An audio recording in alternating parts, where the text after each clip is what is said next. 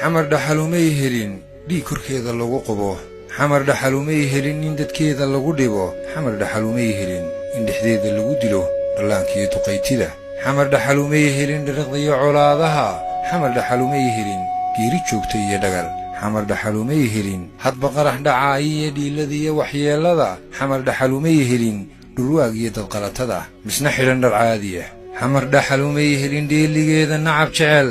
xamar dhaxalumay helin dhismaheeda ruux neceb xamar dhaxalumay helin inta gacan ku dhiiglaah ninka diin ku dhuuntiyo dhareerliyan liitiga dhowaan way ka dabarguye masiibadan dhirbaaxdiyo way ka bixi dhibaatada nabaddalataba iman dhogor baa u soo bixi dhool iyo gubaa curan dhulgariirkan faalle waxa dhacay bal suuree dadkan dhammacdu laysee dhuundhuumay ee huray arday dhigata diin iyo dhakhtar iyo aqoon-yahan inta oday la jaray dhinac ama dhabarka ruux go'an waxa dhiig qulqula iyo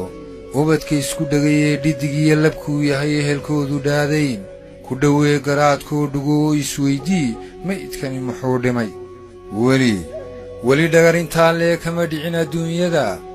xere dhiigta aadmiga dhulka hooye laga dhigay taariikhdu may dhigin iska daa qof dhaayaha ilma dhibiq ka soo tidhi ay dharkiisa qoysee ilaa dhaca qiyaamuhu dhagaxaanta ciiddiyo dhirtaa oohin wadilayd qayladiyo dhawaaqana dadkaa dhagabeelila yaa damiirka dhaawacay iilka dhigay wanaaggii naxariista dhoofiyey iimaanka kala dhimay war miyaan la dhimanayn adduunyada la dhaafayn dhooba laysku awdayn feedhuhu isdhaafayn qayd cad laysu dhuubayn dharaar aan qarayn jirin wayse aanay dhowrnayn qof kastaa wuxuu dhigay gacan looga dhiibayn xisaab lagu dhadhaarayn ka dhambalay dadweynaha dhuuxa daadshay maatida dhegta dhiigga darayow ka iimaanku dhiman yiyo ninka dheer la baxayow qiyaamuhu markuu dhaco maalintaan dhufays jirin xaggee baad ku dhuumani ninka dhiig islaameed ba'anaa ku dhiiraday